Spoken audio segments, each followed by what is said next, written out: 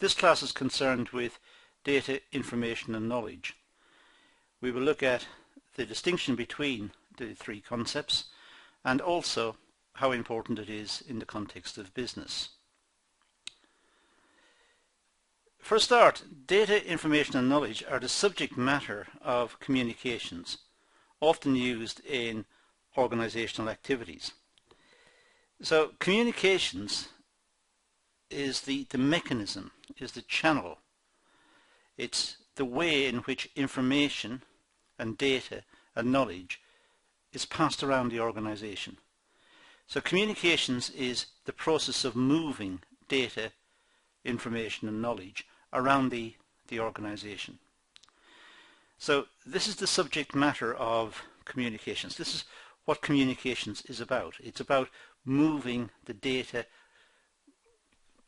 imparting the knowledge, informing the workers, providing information. It's the important part of communications. Communications is the way in which the data, the information and the knowledge is passed around. The terms are often used interchangeably. However, there is a big difference between data, information and knowledge, as we'll see in a few moments. So it's important to be clear as to what data is and what information is and what is knowledge. And we'll look at one model which differentiates these three concepts. They're very important because they're used for effective decision making. They're not just used for big decisions, they're used for day-to-day decisions. It's how organizations operate. They operate by communicating data and information and knowledge from one section to the next, from one person to the next person. And the organization is really a big mechanism for processing the data, the information and the knowledge. So it's very important for decision making, and it's very important for the day-to-day running of the business. Now let's look at one model that links this. This is called the DIKW model, and we'll see what that means in a second. But this model clearly illustrates the way in which the three concepts are linked. It was first introduced by Russell Ackloff, who categorized the four concepts in a pyramid. So we have four concepts, D, I, K, W, and he organized them in a simple pyramid to show how they're linked. And that's the pyramid. We have data at the bottom, information sitting just above it, knowledge above that again, and wisdom above it again, which gives us the DIKW model: data, information, knowledge and wisdom. At the very bottom we have raw data, and raw data is really not that useful. It forms the basis for information and hence for knowledge and for wisdom, but in itself it's not processed, it's just data. Something needs to happen to the data. It needs to be processed, it needs to be calculated or organized or presented, or it needs to be refined if it's going to become information. Information has meaning. Information is useful. Information is processed data. So there's quite a big difference between information and data. And when we have information, we can use it. We can use information in a certain context. That's what gives us knowledge. We have a lot of information. We don't use it all at the same time. We only use selected amounts of information depending on the context in which we're working.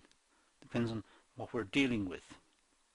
We extract the information that we need and we use it in a context. So knowledge is using selected amounts of information to solve a problem or to achieve some end. And wisdom is when we apply it. We know what information we need, we've selected it, that's our knowledge, and now we know when to apply this, and that's wisdom. So the model is moving from data to wisdom. It's moving from raw data without any particular structure, it's just data that's being collected or being received from some quarter, from statistics books or from government publications, or it could be customer surveys, or it could be whatever. It's just raw data. It doesn't mean anything until it's processed and it becomes meaningful information. Then we can use the information when trying to solve a particular problem. We're using the information in context, and finally we apply it. And that's wisdom. The first three concepts here, data, information and knowledge, these apply to the past. This is data that's been collected. So in that sense, data is historic. Data is in the past. It's what we've collected from the past. We've conducted a survey of customers. Well, that was in the past because we have conducted it in the past, and now we've got the information from that survey, which is our data, I should say. Then we process the data to become information. We calculate the average and the standard deviation or whatever it is we're going to do with the data, and then we can use this in the context of understanding the customers. So all of that is in the past. Wisdom really emphasizes the future through vision and design. It's knowing when to use particular pieces of knowledge.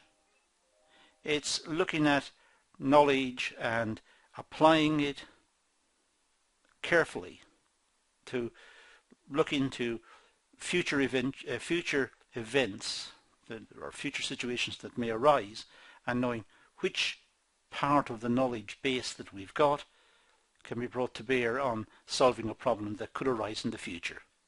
So it's more applied. So we have our wisdom, knowledge, information, data pyramid, and this is what links the various bits in our discussion in this session. Now I'm going to look at each of these in slightly more detail. We're going to start with data and work our way across that. So data is raw. Data, this includes symbols or signals such as words, diagrams, numbers, images, sensory readings of light, smell, touch, taste. It's raw data. It doesn't mean anything in itself. It is just data. It's just a diagram or a set of numbers or some images. It's just data. It's not telling us anything. It has no meaning or significance beyond its existence, and can exist in any form and in its degree of usability. So data is just what we observe. We may pick it up sensory through our senses, I should say. We may pick it up by touch or by taste or by smell. It may be something we hear. It's just data. We need to interpret the data. We need to make sense of it. The purpose of data is to record activities or situations in order to paint a picture of an event. Therefore, data is historic unless used for forecasting purposes.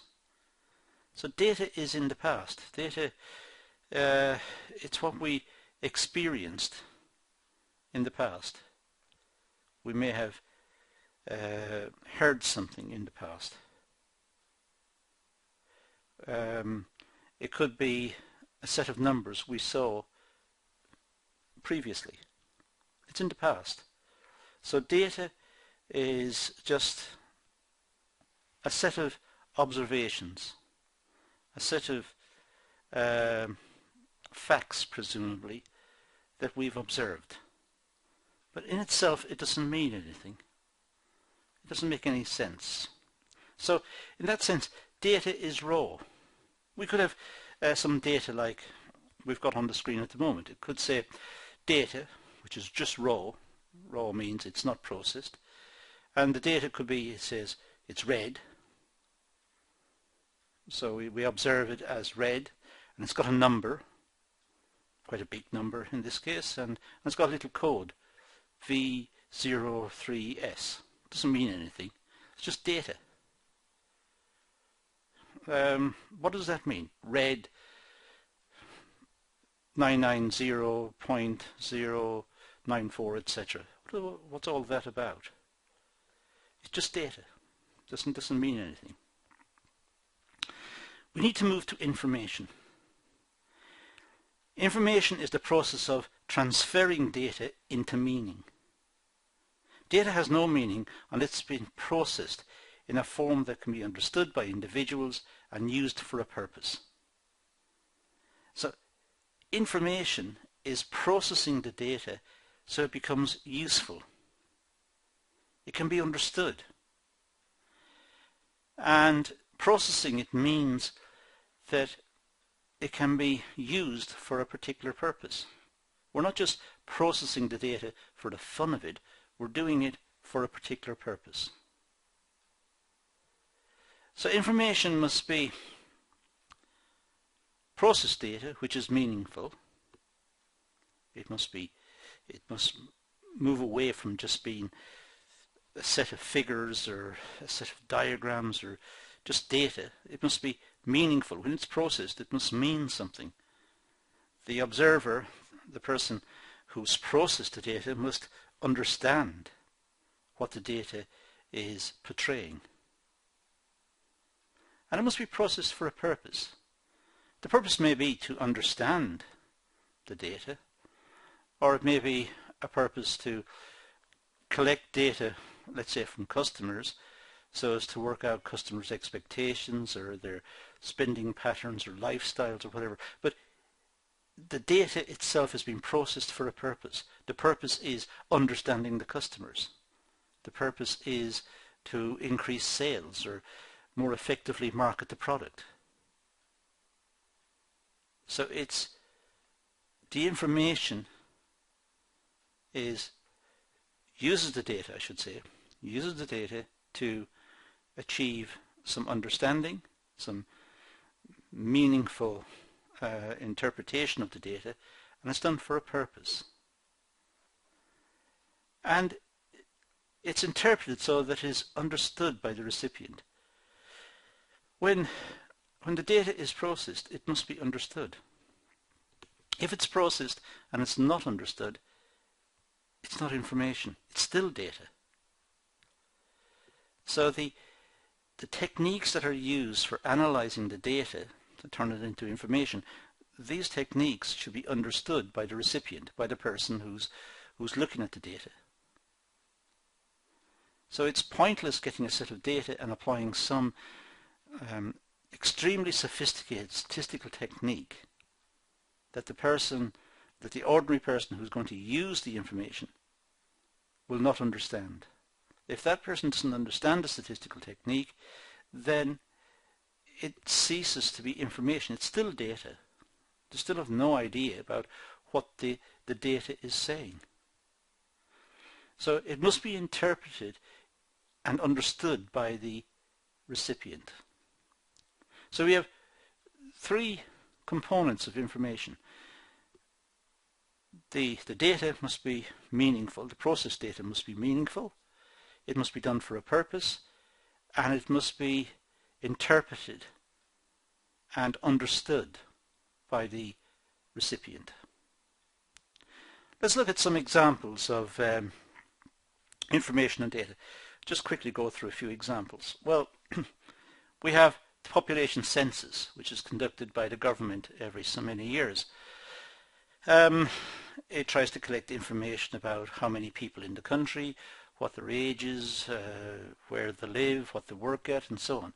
And when we have the data, which is the population census, then the information could be how many people of a certain age are there. Now that's information.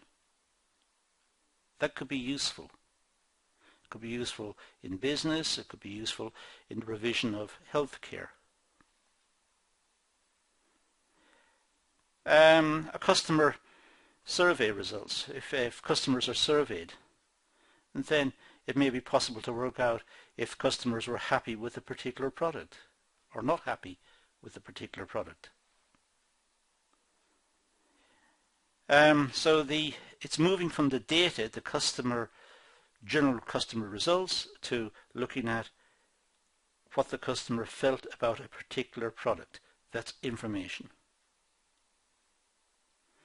A complaint form. Complaint forms are just data. When the data is analysed, what aspect of the complaint is being discussed? What is the complaint about? Where is there a failing? Is there a failing? Is there a misunderstanding and it's not a failing? In other words, the complaint form needs to be analysed. It needs to move from data into information. It needs to be analysed to see what the complaint form is actually saying. Looking at the weather temperature is okay. It's good. You could say it's 18 degrees outside, but so what? Does that fit the seasonal trends? Is it too warm for the time of year, too cold for the time of year? And does that impact on the amount of particular types of clothing that are put into the shops for sale? Does it influence the amount of energy we use? So the electric companies need to make provision. So we're moving from data, just the weather temperature, into using that data, refining it and using it in a particular context. It becomes information. The same with examination results. Looking at the results, so many passed, so many failed, so many were referred, so many got distinctions, so many boys got distinctions, so many girls got distinctions, and so on. It's just data. But when it's analysed, patterns emerge. In a particular region, so many students of a particular age passed mathematics. Why? Why did that happen? That's information. It enables a deeper form of investigation, a deeper understanding. So it's moved from just the results into interpreting the results and trying to work out what the results really mean. Sales records don't tell us very much. They just tell us that the company sold so much, the shop sold so much in a given time period. But which products sold most? That's information. Which products had positive trends and sales were increasing? That's information. So you can see from what we've got on the screen, data is just raw information, if you like. It's not even information, it's just facts and figures. Information is what's refined and what is useful. It's taking the facts and the figures, processing the facts and the figures so they become useful. That's information. Let's go back to that example we said earlier. We have data and we have this situation of, we said data is just raw data, it's not processed in any way. And we have this strange code, red and whatever. I mentioned it earlier on. That's just data. Now, information is meaning. Well, the red refers to traffic lights at the end of Silver Street, and the traffic lights have turned red. Now we have information. We know what the red means now. It's not just red, it refers to traffic lights. We've looked into the data and we've got a bigger understanding, a better understanding of the data. We have got meaning, and the meaning is that red refers to traffic lights and they've just turned red. And the code underneath, 990 point whatever, presumably that refers to traffic lights. That's the code for traffic lights. And V03S, well, that could be where the traffic lights are on Silver Street. So we have raw data which we've now interpreted. So now it becomes information. We now know what the raw data means. It means the traffic lights at the end of Silver Street have turned red. We have meaning. Now let's look at knowledge. Knowledge resides within people's minds. It's the collection of information along with experience. So knowledge is in our heads.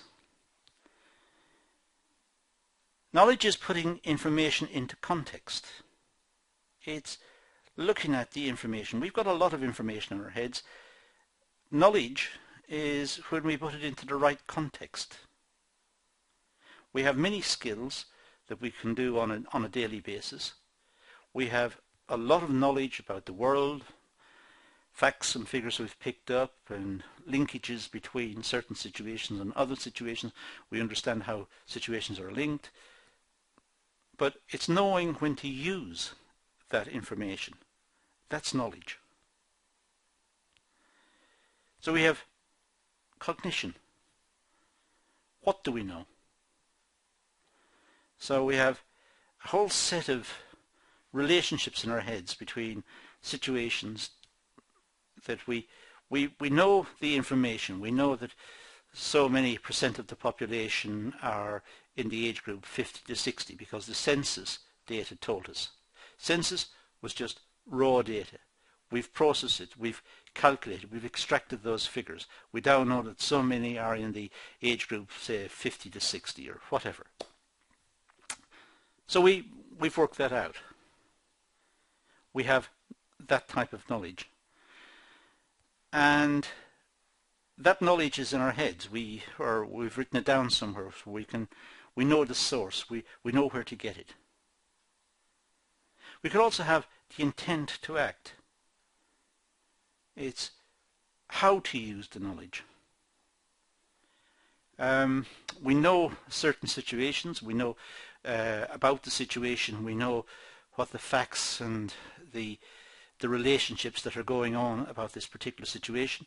It's when to act and how to act. So knowledge tells us how to act. And understanding why. Why is it that the information is in a certain way? Why is it so many people are in that age group, 50 to 60? Or why is it so many people are in the age group 20 to 30 or whatever? Why is it more people live in cities, and why is it? It's understanding. So we know things. That's our cognition. We know how to do things, how to drive a car, how to look after ourselves. And we know why we should do these things. It's understanding. Knowledge helps people improve their lives and organizations for value creation. Knowledge is selecting the right information and using that information to get results. Data enabled us to get information. Knowledge is letting us select the information that's most useful under particular circumstances. So knowledge is selecting the correct information. Let's go back to our example with the pyramid again. You remember we've got this data which is red and so on, and then we interpreted that as traffic lights. So we got meaning for it. Now knowledge is that we're approaching traffic lights which have now turned red. Now we have the information. We know that the data tells us there are traffic lights on Silver Street that have turned red. That's our information. But now we're approaching those traffic lights. That's knowledge. We have knowledge that we're moving towards the traffic lights which are red. So we've moved further along up the pyramid. Wisdom is the process of applying knowledge through what has been learnt. Wisdom is an evaluated understanding. We have knowledge. Knowledge is selected information. Now, we may have a wide knowledge, but wisdom is knowing precisely which bit of knowledge and what to do with that information, that knowledge. Wisdom is refining the whole process yet again, only it's doing it in a very sophisticated manner. It increases the effectiveness and enables individuals to make judgments and informed decisions. So wisdom is an extremely important selective mechanism. It selects the knowledge that we need. It enables us to make right decisions almost without thought. Wisdom is selecting knowledge, but it's selecting it in a very fast and appropriate manner. It's selecting because the person who has knowledge knows which information is important in that situation. They have knowledge. They know the information that they need to make appropriate decisions. If we look at the pyramid, if we go back to knowledge, we were approaching the traffic lights. Wisdom, which is applied, stop the car. And it's done almost automatically. It's selected in a very routine sort of way. It's because the person has wisdom, the wisdom about driving a car in this context, and knowledge tells the person that they know where they are in the car, they know where the car is, they know where the traffic lights are, they're approaching the traffic lights, that's the knowledge. Wisdom, stop the car. They know if they stop the car, they're doing the right thing, they're going to avoid an accident. If they carry on driving through the red traffic lights, it's dangerous to themselves and to others, it could cause an accident, and it's illegal and so on. So, wisdom is the applied part of this situation. So now we have our full model, DIKW. And that's how the full model looks like. Now in organizations, in order to achieve an organization's objectives, the organization requires people, money, machinery and resources. Economists would say it requires the factors of production.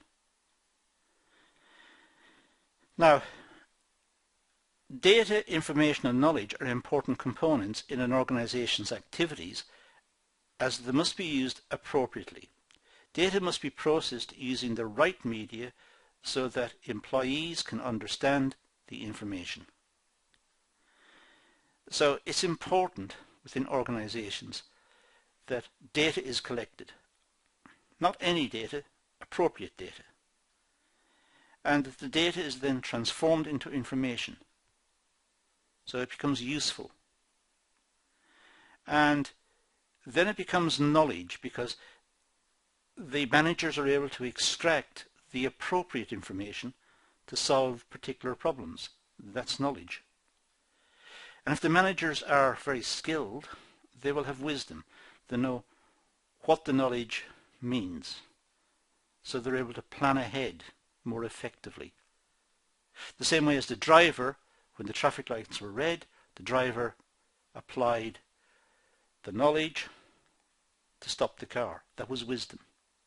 Managers can take the knowledge that they've got from the information which they got from the data, and now they can select which part of the knowledge they want to use, and that leads to good decision making.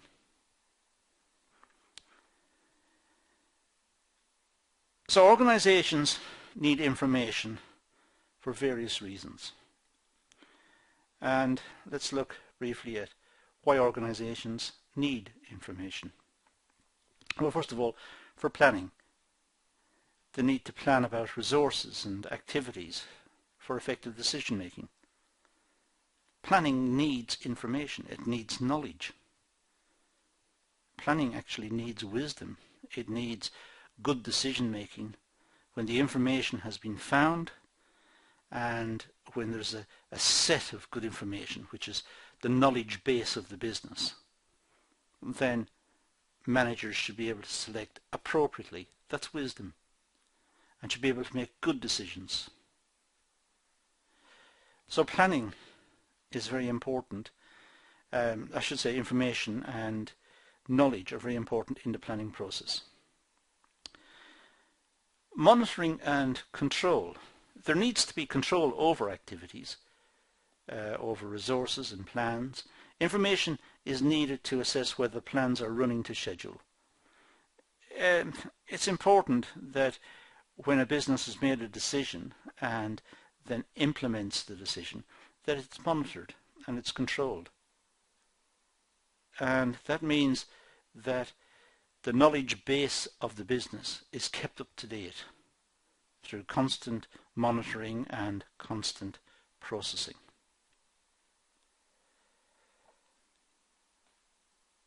It's also important that organizations record transactions. The accounts of the business need to be drawn up every year. For legal reasons, the businesses must produce accurate accounts so that they pay the appropriate tax. But also, to record the transactions of the business is very important. Otherwise, the managers will not know how effective the business is. Is it making a profit or not? So recording transactions is important. And then processing the transactions to extract the information. Which products are selling? Is the price right? Which areas of the country buy more than others? So it's possible to, looking at the transactions, to extract information from it. And performance measurement.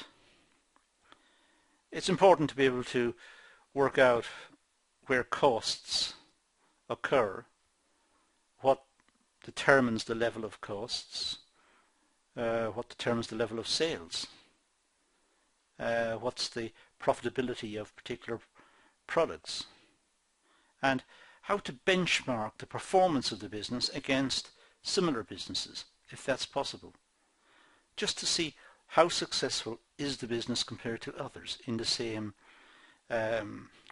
line of work, in the same industry. How successful is the business? It needs to be benchmarked. That may not always be possible because the information about competitors may not be available. But just generally looking at the performance of competitors, looking at how well they appear to be doing, is a form of benchmarking. And this provides information about the business, whether it's successful or not. So in this session what we've looked at is data, information, knowledge and wisdom. And we've looked at how the three are important. They are very distinct concepts. Data, moving to information. Information is the supply of information within the business. It's the processed data which tells the business how it's performing, or what its sales are like, or what its costs are. And that becomes the knowledge base of the business. So that's knowledge. And then the wisdom is when the managers select the correct knowledge, the correct information, and apply it to make effective decisions. So it's an extremely important concept, inquiry into these three components.